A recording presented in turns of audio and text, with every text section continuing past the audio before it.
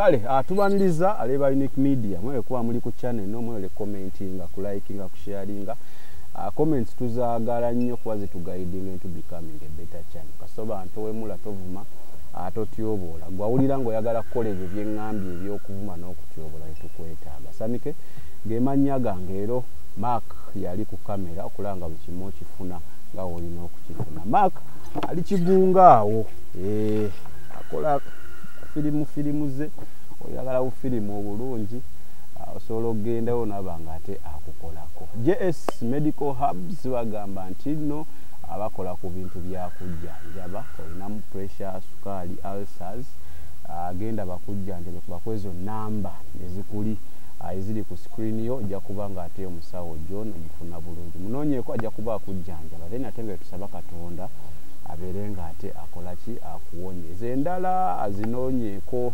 tunonyeeko yalakogerako naffe but most importantly ngoleta ku advance okulaba nga ate olangako naffe namba elioko ya Centenary Bank Manya Kasajja Samuel eranga akoyinza okuyisa kyonna kyoba oyagala okutuwa mu mbeera ey'okufuna kamera gyetwagala okubanga tufuna okulaba tukola emirimu bulungi nnyo live and clear olunaku leero nkomyewo n'omukulu yatugamba ye captain captain ow'ebipapula yali mu captain wa Mary se wangamba bwekiri captain wa Mary ate ng'era agamba mbeera yemu captain w'eggye lya Katonda w'omulaba manya tuba tuzze ne program gye tuyita Manya Kyokkiriza tuba tugenda tambulira mu kusomesa Kyokkiriza okimanyi we twasemberayo alina issues yakoonako azenjagala atandikireko then tubenga tweyongerayo ne mweno program tugenda tuwa insights of those things we are going to be discussing in later episodes wagenda noyogera ku kya Allah nga tonnaba mbadde lontandisa nti kubayita okukyamuka badde nkyamuse naye kati sooka obuuze ku bantu then ntandike n'ekibuuzo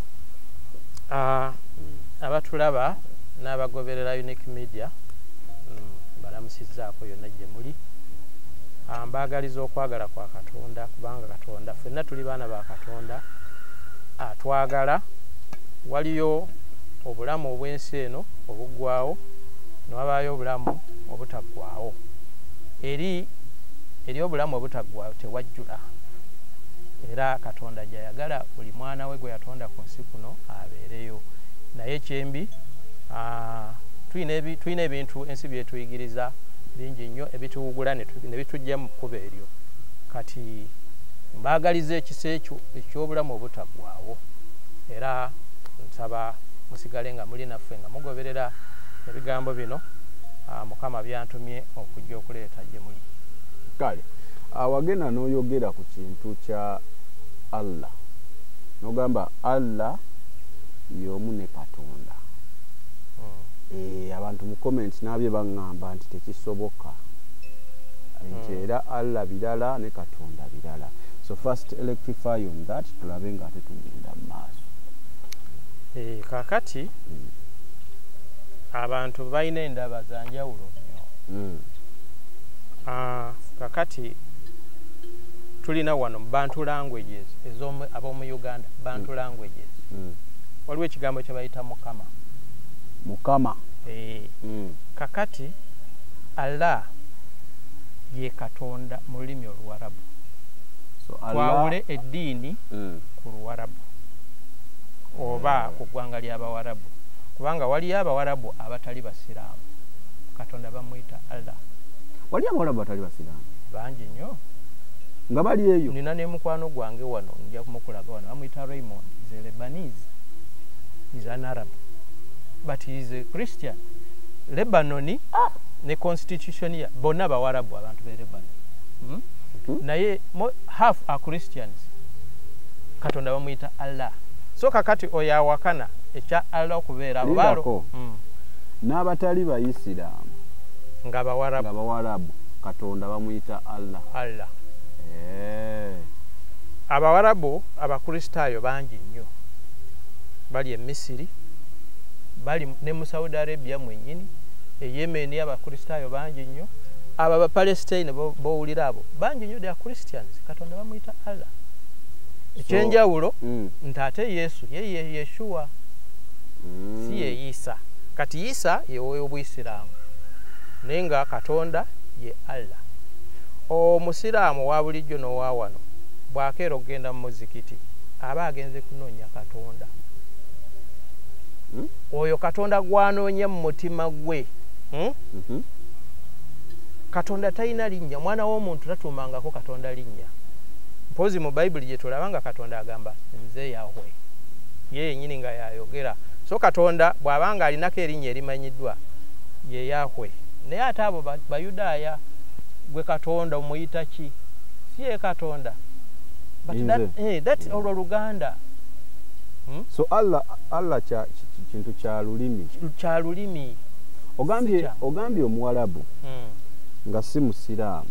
Yes. Katonda amuyitaani? Allah. Yesu amuyitaani? Yeshua. Yes.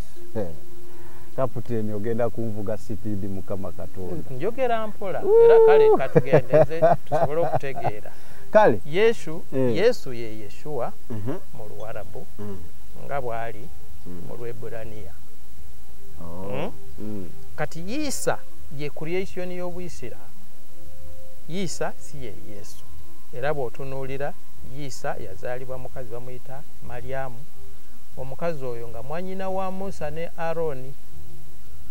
Kitegeeza nti Moses ono yajja abaana ba Isirayiri e Misiri. Yalera ku mwana wa mwanyina Yesu, era they coexisted at the same time. Obwo bwe bulimba. Kale I think ekyo kivuddewo tukitereezezza. Allah Katonda kintu kya lulimi. Kya lulimi, it's a language. Kati insights soko tuddemu tugire ku insights ze twalekayo ze tugoba discussingako mu program eno maaso eyo mu Buyisiraamu, then tukwateko n'eno ewalala mu ddiini endala na buli kimu. Kakati insights zitwogerako, jjukira omulamwa kugamba manya Kyokkiriza. Kakati twagala okulaga abantu nti bakkiriza ebintu bingi nga si bituufu. Tetuliwo wano kuwakanya ddiini z'abantu, wabula kulaga ki? Kulaga mazima. Twogera mazima. Nja kuwa example. Kino kyantuukako. Senga opaakinga ensawo yo ng'oyagala okugenda olugendo. N'ogipaakinga bulungi, n'oleeta envelope, n'ossaamu $100 mu brown envelope, n'ogissa mu nsawo bulungi nga waliyo alaba. Kati oba ovuddewoko katono, omubbi najja ng'ayina envelope efaanana n'eyiyo naye nga mulimu fake dollars. Nassaamu eyiye, nasumulula ensawo, nassaamu envelope eya fake dollars, n'atwala ennamu. Kaakati gwe bw'ojja okwensuwalinga nti oli bulungi, olugendo oluluyidde, ekinene ennyo ekiri mu nsawo yo ky'omanyi ze dollars, n'otunulako nga envelope y'omweri, n'osibawo n'okola ki? N'ogenda. Naye oli alabye ayinza okukugamba n'akugamba, mukulu sooka weetegereze, nina kyendabye. Sooka ocekinga envelope eyo olabe oba ddala ekintu ekirimu kyewaleseemu. Gwe mulimu nze gwenkola. Nze Omwoyo Mutukuvu yampa okulaba nti ekintu ekyali mu nzikiriza zino kyakyusibwa, waliyo kirala. Kati ezo ze insights zetulaga nga bwe twagamba olugendo lwange natumibwa mu madiini gonna. Siri wano kwogera ku Buyisiraamu bwokka, naye n'Obukatuliki, n'Obu SDA, n'Obuprotestanti, nabana abalokole, na buli kimu. So basically gwe kyogezaako kukola nti abantu bano batumibwa kino, bo ne bakuliyetinga kino. Ne bakuliyetingawo kirala. Eddiini zonna. Kati gogezaako balaga nti ekituufu kye kino. Yes. Bino byabano. Bino byabano by'abantu buntu. Ate byajja gradually. Kale. Tusooka otwe insights. Kale ekyasooka twakyogerako luli. Ye musajja gwe bayita Muhammad. Wangamba Muhammad taliyo. Muhammad kakati Obuyisiraamu buno butwale nga firimu, movie. ndese kyakugeza example kati movie ebeera ne star character owa movie kakati star oyo abeera ne stage name date abeera n'amannya ge. Nja kuwa example eri very clear. Fwe emyaka nga tukyali bavubuka waali omusajja gwe bayita Rambo yazannya firimu zonna nga baziyita Rambo 1 Rambo 2 Rambo 3 kati nga abaana fwe tubeera tumanyi nti ddala omusajja oyo amanya ge yaani ye Rambo era akola ebyo ebintu ebiriwo mu buliwo akuba ejje ly'eggwanga lyonna n'alisa ku muntu omu n'alisaanyaawo era ne tugamba senga tuyina abo nga babiri mu nsi omwana n'asula ng'aloota Rambo n'akola biki naye ate amazima gennyini waliyo Rambo muntu character kati the real character of Rambo katudde musajja oyo azannya firimu omutuufu bamuyita Sylvester Stallone.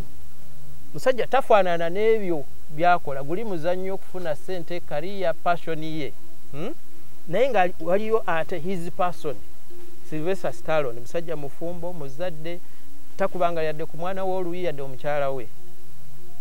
So n'Obuyisiraamu bwe butyo waliyo ono Muhammad ow'Obuyisiraamu star niwabaayo omusajja karakita eyo gwezimbiddwako ye Ibn Abi Kabisa. Naye lwaki Obusiraamu bukweka identity y'omusajja ono? Sokolindeko. Yes sir. Muhammad gwe bayita Muhammad character. Yes. Omutuufu yani Ibn Kabisa. Ibn Abi Kabisa. Ibn Abi Kabisa. Aina ageyongerako mawanvu. Okay. Yes. Kakati wobo ngambye Rambo yali ina firimu gyazanya. Yes. Mukarakita Muhammad yali azanya ki okumuwa karakita eno? Kakati nja kubuulira lwaki naye nno nabbi mbatteko kannabbi. Kakati bonogoberera Ibn Abi Kabisa njagala awuliriza oba oli musiraamu oba ki genda mu Google. Omuntu ayinza okugamba ebya Google si bituufu abantu bateekayo kati tugende mu sources z'Obuyisiraamu zennyini. Waliyo genda mu hadith hadithi sahihi al-Bukhari 2978 hadith 2978 ogende mu book 56 hadith 187 ogende mu kitabo volume 4 kitabo cha hadith volume 4 book 52 hadith 221 zibikula. They reveal to you nti Muhammad swala lewa swala nabi w'Obuyisiraamu ye yali Ibn Abi Kabisa. Hanzala Ibn Abi Kabisa. Kati ekyo oba ekyo tetomatidde. Here is another reference. Nze byange biriko bwino. Genda mu Sahihi al-Bukhari. Sahihi kitegeeza the authentic hadith.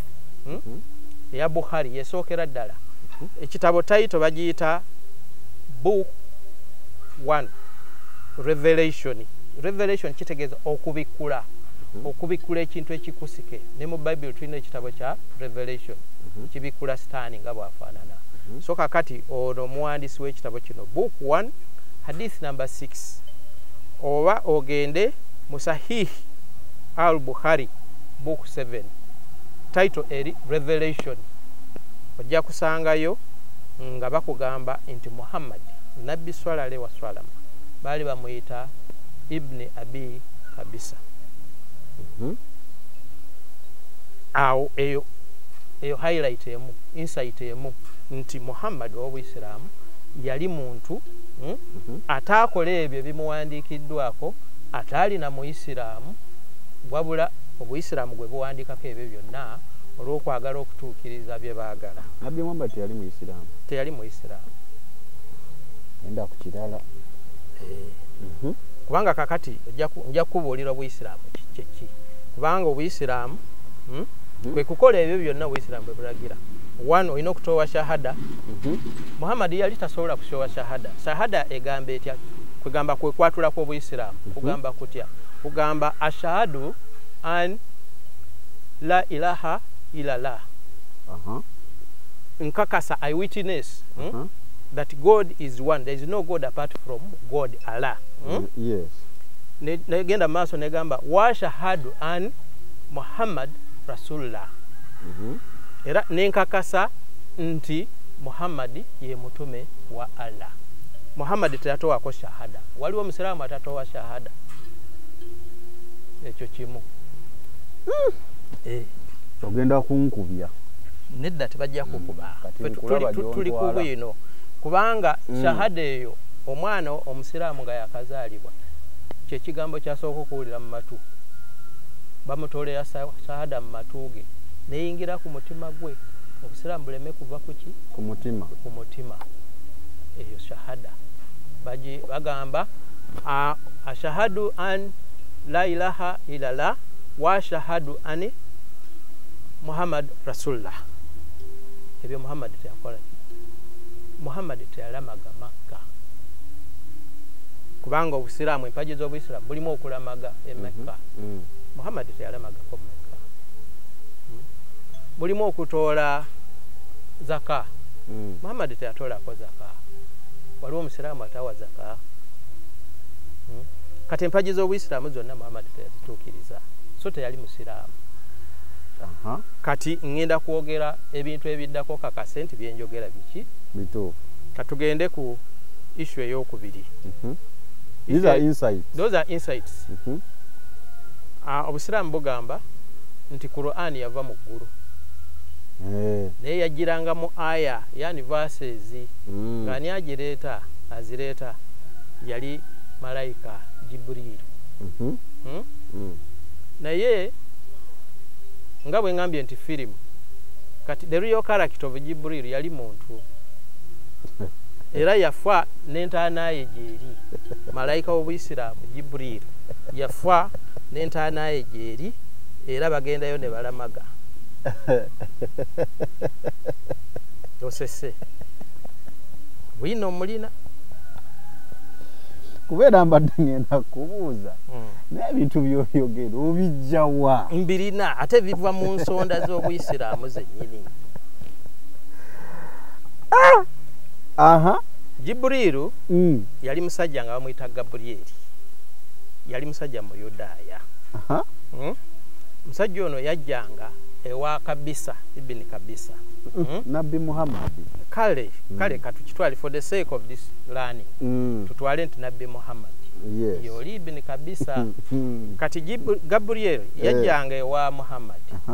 Ne batuula wali wabbali ne boogera nga muleetedde ebiwandiiko okuva mu Bayudaaya nga baagala kuyigiriza Abawarabu kubanga kati Muhammad yali okulembeza w'Abawarabu. Kati nga bamuwa manye eddiini kyali kintu kikulu nnyo. Bamugamba era obusoma ssuula za Qur'an zigamba nti yino tugikuwadde. Bano bagifuula Qur'an naye kyali kintu kirala nga bwe tujja okumanya nti ogenda mu maaso. Kati katutumalirize kya Jibrilu. Gabriel yajjanga nga bamulaba bakazi ba Muhammad nga bamulaba nga muntu. For example mu hadisi twetegereze bulungi. Book 1 ono Sahihi Bukhari agamba nti how the divine revelation used to be revealed and what was the first thing revealed. Revelation okubikulirwa okuva ewa Allah kwajjanga kutya era kiki ekyasooka okukka. Ne bagamba nti Gabriel oyo Jibril yajjanga n'aleetera Muhammad ebintu nga bamulaba nga alabika era nga bamumanyi. Kati baali bamuyita Gabriel naye nga abana abasiraamu bamala ne bamuwa erinnya nga bwe bakyusa oli from Kabisa ne bamuwa erya Muhammad. Nono bamuwa erinnya nga bamuyita Dihya ibn Khalifa al-Kalbi. Dihya ibn Khalifa al-Kalbi. Musiraamu genda onoonyereze era bajja kugamba bw'onoonoonyereza eyo sources z'obuyise bajja kugamba nti yali messenger wa Nabbi Muhammadi. Naye nga in reality omusajja oyo gwe bayita Jibrilu ebintu bye yaleetanga byali nga biwandiiko okuva mu masomero g'Abayudaaya bye biri mu Qur'ani. So insight endala gye tugenda okwogerako mu maaso eyo eyaleetanga obubaka ewa Nabbi Muhammad teyalinga nabbi, teyali malayika, teyalinga malayika, yali muntu yafa ne bamuziika. Era nina n'ekifaananyi ky'entaana ye yaziikibwa mu kifo bakiyita entaana ye basiraamu bagendayo ne balamaga eri mu cemetery gimanyi mbeeramu amalaalo mangi naye entaana ya Jibrilu ngulumavu bweti ngulumivu eringa it's like a building era bateekako ne ssenyenge. Nja kulaga ekifaananyi era singa tulina kamera nandibadde nkulaga wano. Ekifo bakiyita akasozi bakayita Givat ha More, Givat ha More e Galilaya mu Northern Israel gye baziika Jibrilu malayika waaki w'Obuyisiraamu. Malayika tafa, malayika yafa, malayika tafa. Anti kakati n'osalawo ky'onokkiriza nenze nkuwadde bwino ne bwe banaabayo abasiraamu nga bana bataano ne batekinga trouble kucekinga ebintu bino bajja kulaba nga bituufu kubanga byawandiikibwa. Awatali ekyo kale kankuwe reference hadith sahihi al-Bukhari 4980, hadith al-Bukhari 4980 oba book 66 hadith number 2 oba book 6 hadith 5031 503. Ebyo biraga ki? Bikulaga ani Jibrilu yali ani, nga yali Gabriel yali muntu kubanga bagamba nti lumu Gabriel oyo Jibrilu yajja anti Muhammad yalina abakyala bangi kati waliwo omukyala gwe baali bayita Salama Salama kati kwolwo Muhammad yali yasuze wa Salama Gabriel najja Gabriel bwe yajja ne boogera Muhammad n'abuuza mukyala we Salama nti oyo n'omutegeera ko mukyala nti oyo yeddiya ibn Khalifa Jibril era nti bwe yagenda enkeera beewuunya bino byanaratingibwa mukyala ate omulala omuto Aisha n'agamba nti ate twewuunye enkeera nga Muhammad atugamba nti malayika yaleese eki yaleese aya. Omukyala ewaka nga bali ne Muhammad malayika yajja naye nga muntu ze kantwale malayika. Yes. Kale omuntu omukyala gwamanyi yajja bonna gwe bamanyi naawa Nabbi Muhammad obubaka. Nabbi Muhammad n'abuuza omukyala nti ono omumanyi n'omukyala n'agamba oyo mumanyi mwami gundi si byange bya kapiteeni sikyo. Yes, ye kapiteeni Jonathan mu Luganda bamuyita wangamba baba bamuyitani Jonathan. Insight endala ekirala ekyewuunyisa ate mu Busiraamu bagamba Isa ye Yesu. Nti ye Yesu Nabbi Isa. Nabbi Isa. Era buli omu ajja kugamba Nabbi Isa alayhi salaam nti ye Yesu w'Abakristaayo ffe gwe tumanyi nti mwana wa Katonda. Naye ate mu Busiraamu Maryamu azaala Isa yali mwanyina wa Aroni ne Musa.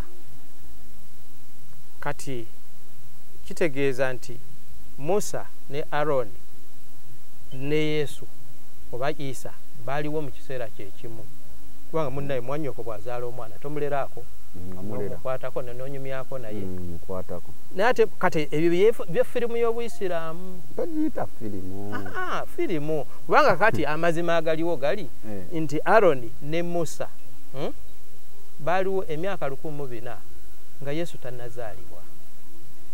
1400. Yes, kubanga Musa si yajja abaana ba Isirayiri e Misiri ate Aaron yali mukulu we they were brothers taata waabwe nga bamuyita Amram kakati olw'okuba ebintu bino abawandiika ebintu bino oluusi baawuliranga biwulire nga balina mwannyinaabwe nga bamuyita Miriam era Miriam ono lumu kyawandiikibwako mu Bayibuli baali ne Aaron ne beemulugunya ne bagamba ye Musa lwaki atugamba bino na bino alowooza ffe Katonda ndaba ffenna twogera ne Katonda n'anyiiga n'amukuba ebigenge n'agamba temuzanyira ku Musa engeri gye njogeramu nammwe si engeri gye njogeramu naani ne Musa baali bamuyita Miriam taata wange nga ye Amuramu kakati obusiraamu bugamba oyo ye yazaala Yesu era taata waabwe baali bamuyita Imurani so katolaba confusion eri awo naye ng'ate confusion eyo erina ekigendererwa kyaki kyakubuza so kakati eno kyenva nkugamba nti waliwo firimu ebiri mu firimu nwabaayo ebiri mu reality oyagala okumanya genda mu Qur'ani sura 19 enyiriri 27 n'olwa 28 lugamba lutya nti at length she brought the baby that is Isa to her people carrying him in her arms. They said, "Oh Mary, truly an amazing thing have you brought, O sister of Aaron. Your father was not a man of evil, nor your mother was unchaste." Olese ekintu ekyensonyi kubanga yazaala omwana ataliiko musajja omwana ow'obwenzi nti famire ebo yalowooza bano ba Aaron nani ne Musa. Qur'ani sura 19 because bogamba nti Qur'an by the way Qur'ani 19 kiba kitegeeza sura 19 lunyiri olwa 27 n'olwa 28 nga ono Mariamu mwala wa Imurani mwanyina wa Aaron ne Musa azadde Isa nga ye Yesu Kristo ekitali kituufu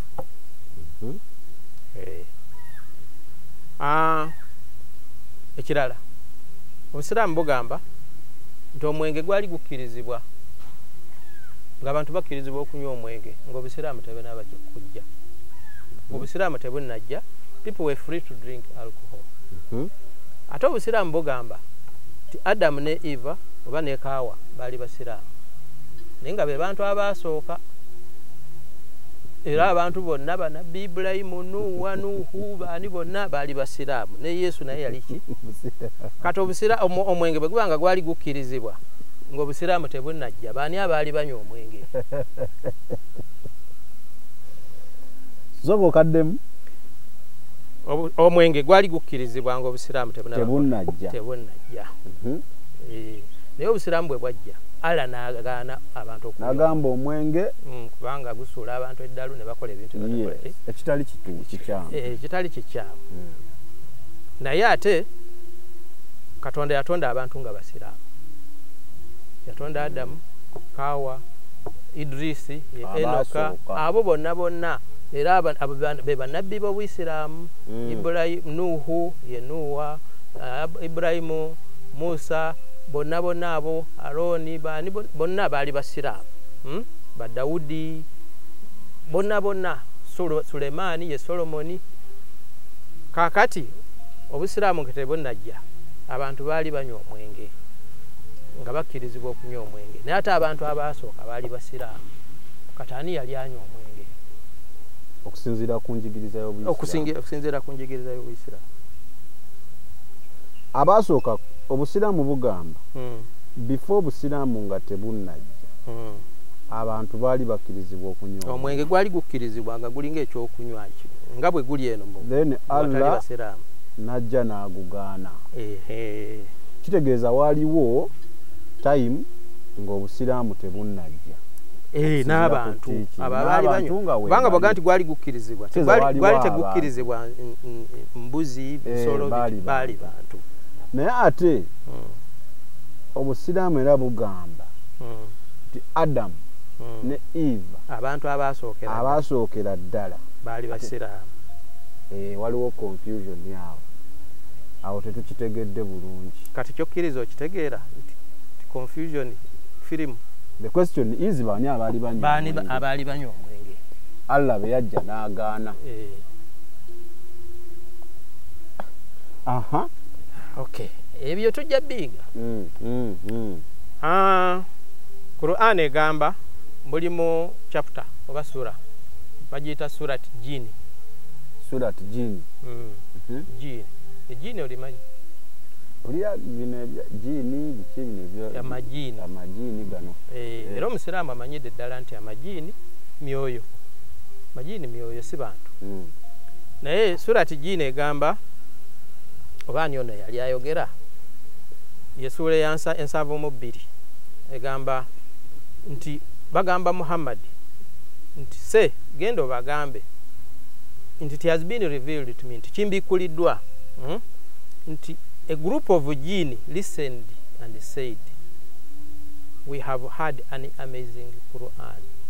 Ono Muhammad agamba amajini gaawuliriza Quran nga ye Muhammad asoma nga bwe yagiwulidde okuva ne gagamba nti eno Quran entukuvu gye batakukkiriza na kukwatako yava mu ggulu. Allah ate bagamba yawandiikibwa Allah nti Allah agamba Muhammad nti genda obagambe nti it has been revealed to me. Allah angambye nti a group of jinn listened and said yes indeed we have had an amazing Quran. Majini gaawuliriza Quran ne gakkiriza mu Luganda nti ge majini ati ye jini ate it is the same. It is the same.